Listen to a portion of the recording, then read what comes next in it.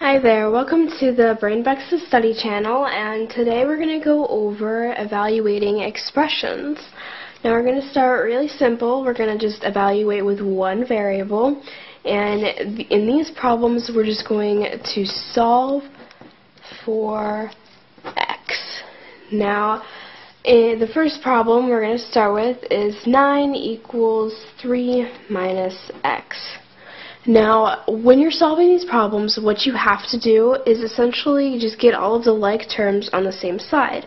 Now, since you only have one x variable and it's already on this side, you're just going to leave that alone and concentrate on getting both of the regular digits over to the left-hand side.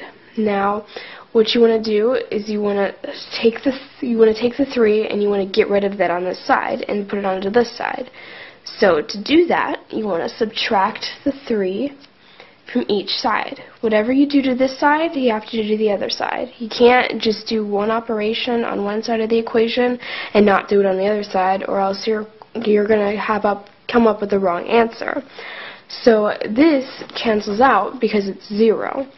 So essentially, it's 0 minus x equals 9 minus 3.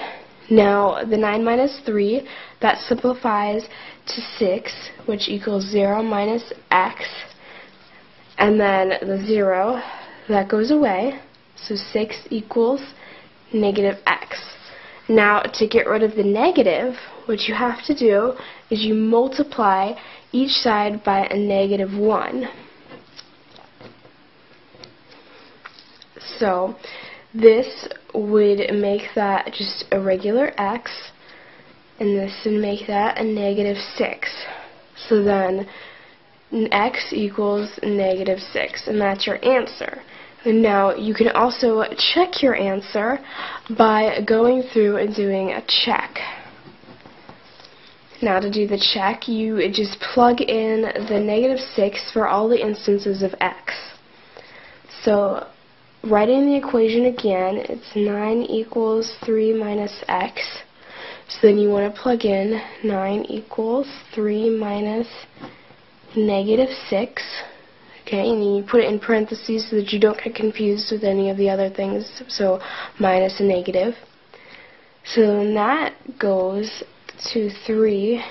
And then since it's subtracting a negative, it turns into a positive. So that ends up being 3 plus 6, which equals 9, and that equals the equation. So that means that you got the right answer. And that's what you can do to check any of these evaluating expression problems. Let's do another example. Example 2. This one's going to be 4 equals x plus 10. So first, what you're going to do is subtract 10 from each side. So this cancels out. That equals a negative 6, and that equals x. And we can go ahead and check it again. 4 equals x. 4 equals x plus 10. So 4 equals negative 6. Plus 10. 4 equals 4. Got the right answer. Another one that we could do, example 3, would be 12 equals 3x. You would divide each side by 3. That cancels out. So then x would equal 4. Checking that would equal 3 times 4 equals 12. So we got the right answer for that one too. So the last one we're going to do for one variable is 50 equals x divided by 10. Now this one you would just multiply each side by 10. So these would cancel out, and x would equal 10 times 50. And x would equal 500. So to check that, we would go x divided by 10, and 50 equals 500 divided by 10, and that is 50 equals 50. So that is evaluating for one variable, which is x. Now we're going to try the plug and chug method of evaluating expressions, and we're just going to use one variable right now. And essentially the phrase that I use is plug and chug, because you're essentially just plugging in the numbers and going along and simplifying the equation. So first one we're going to try is for x equals 3. The equation is going to be 4x plus 7. So you want to plug in x for each instance of x that there is in the equation. So 4 times 3 plus 7. This ends up being 12 plus 7, which equals 19. So that's all you have to do for those equations, is you just plug in the variables for each instance that there is. So let's do a different one with a different variable. Y equals 7. That's a 7. Let me write that again. 7. 12y minus 9. So for every instance of y, we're going to plug in a 7. So 12 times 7 minus 9. And then 12 times 7, you could do multiplication for that one, so that it is 84. 84 minus 9, that equals 75. And we'll do one last one with another different variable. This one's going to be w equals 9, and the equation is going to be w divided by 2 plus 4w. This one actually has two instances of the variable, so you're going to plug in 9 for both of them. So 9 divided by 2 plus 4 times 9. So this would divide it into each other, and it'd be 4.5. Or you can actually just leave it as that fraction. I like to change it into decimals though. And then this is going to come out to 36. And once you add those two together, it's 40.5, and that's your answer. Now, you don't only have to use one variable for these. You can actually move up to 2 variables. There's equations that could have hundreds of variables, but for now we're just going to move up to 2 variables, and we're only going to get that far. So this is again substitution or plug and chug. And for this one, y equals 1, x equals 8. The equation is 5x minus 7y. And you just plug it in for each one.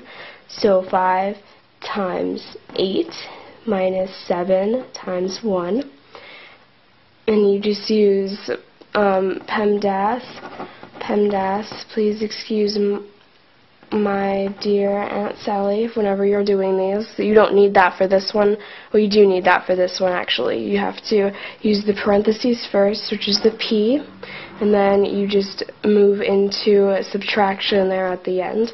So 40 minus 7, so make sure you do those first, and then it equals 33 once you subtract the 2. And your answer comes out to that.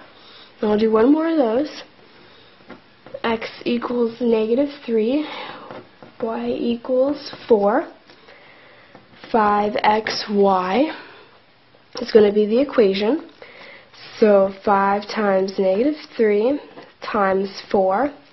Now for this one, you could just simply multiply each one one at a time so you don't get confused. So 5 times negative 3 is negative 15.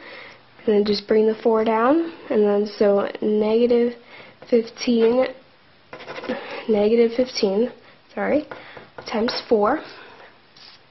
That would be 2, 4, 6, 60, and bring down the negative, and then negative 60.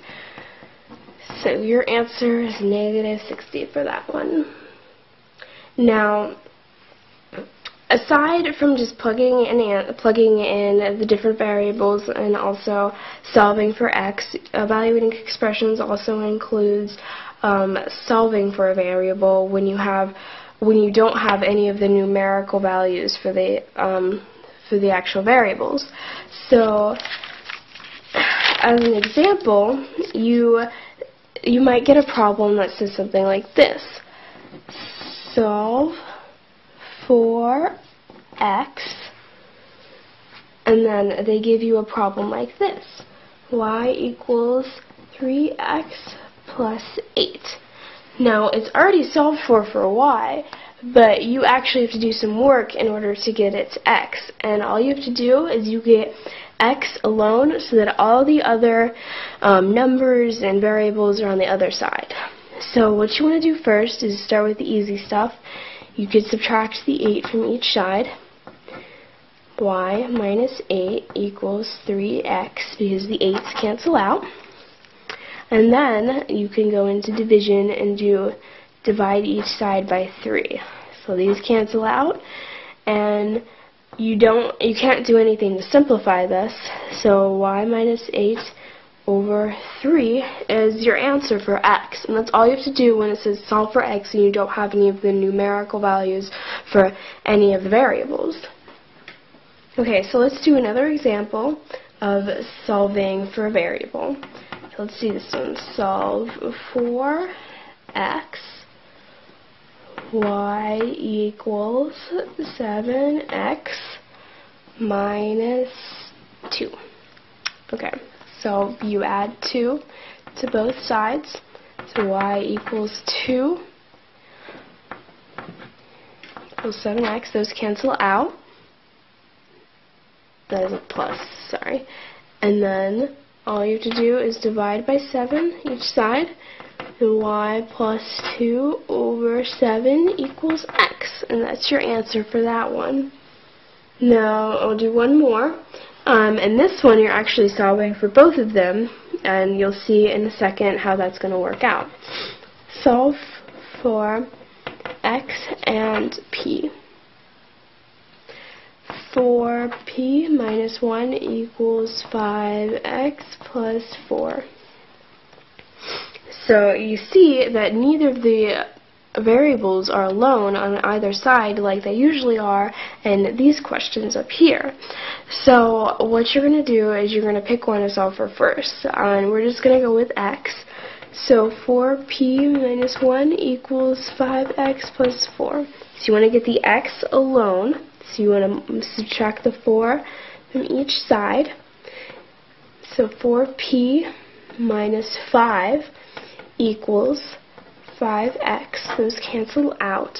And then divide it by 5 on each side. So x equals 4p minus 5 over 5. And then when you want to solve for the other one, you just write the equation again. 4p minus 1 equals 5x plus 4. And you isolate the p variable instead of the x. So you add 1 to each side. 4p equals 5x plus 5. P equals 5x plus 5 over 4. So that is what P equals, and that is what X equals, and both of those would actually be your answer.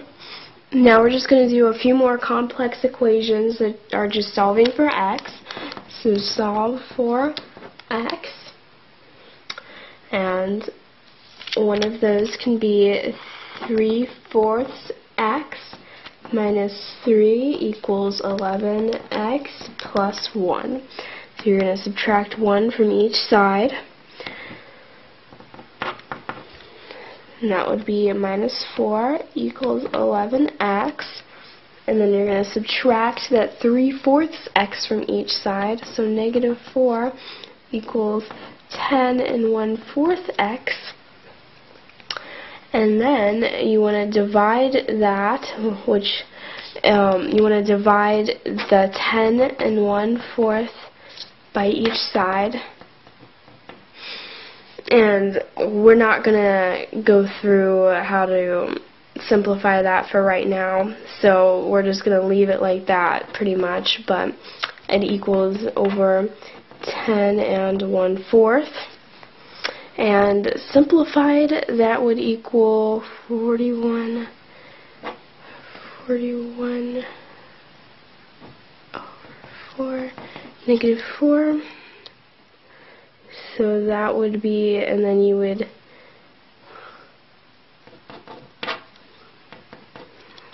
and that's a little more advanced right there to go ahead and simplify that, but I just went ahead and did it. You could just leave it in this form though if you don't know how to simplify that right now. And another one that we could do is 9x minus 5 equals 15, 15x minus 1. So then you add 1 to both sides.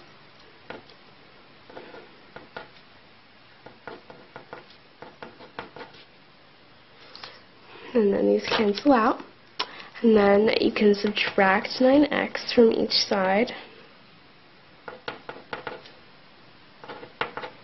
And then all you have to do is divide. And that simplifies into negative 2 over 3.